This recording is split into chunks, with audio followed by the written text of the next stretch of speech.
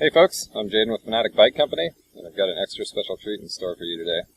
Got here the Evil Following, and I've also got Evil Bikes owner Kevin Walsh and Evil Athlete Luke Strobel. So we're going to kind of provide a few different views on this bike from different branches of the industry. Before we get into too much chatting though, let's get this bike out on the trail and let the bike do the talking for now.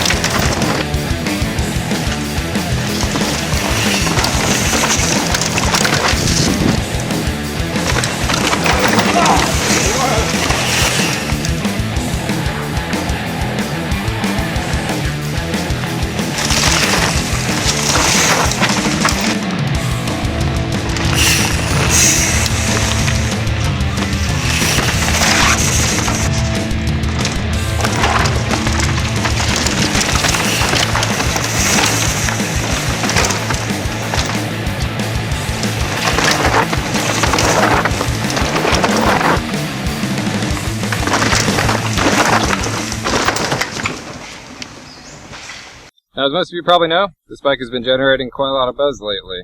From reviews to rider feedback, everything in the media has been overwhelmingly positive.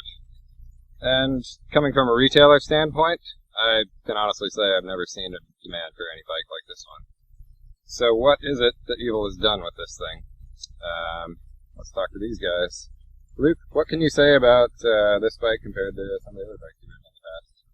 Well, I never really thought I'd be like a 29er sort of person, but yeah, just as soon as I started riding it, it was really fun. The bike wasn't like a normal 29er. It seemed to carry speed really well, and it was still really playful and jumps really well. And yeah, it's kind of been my everyday bike for a couple of months now.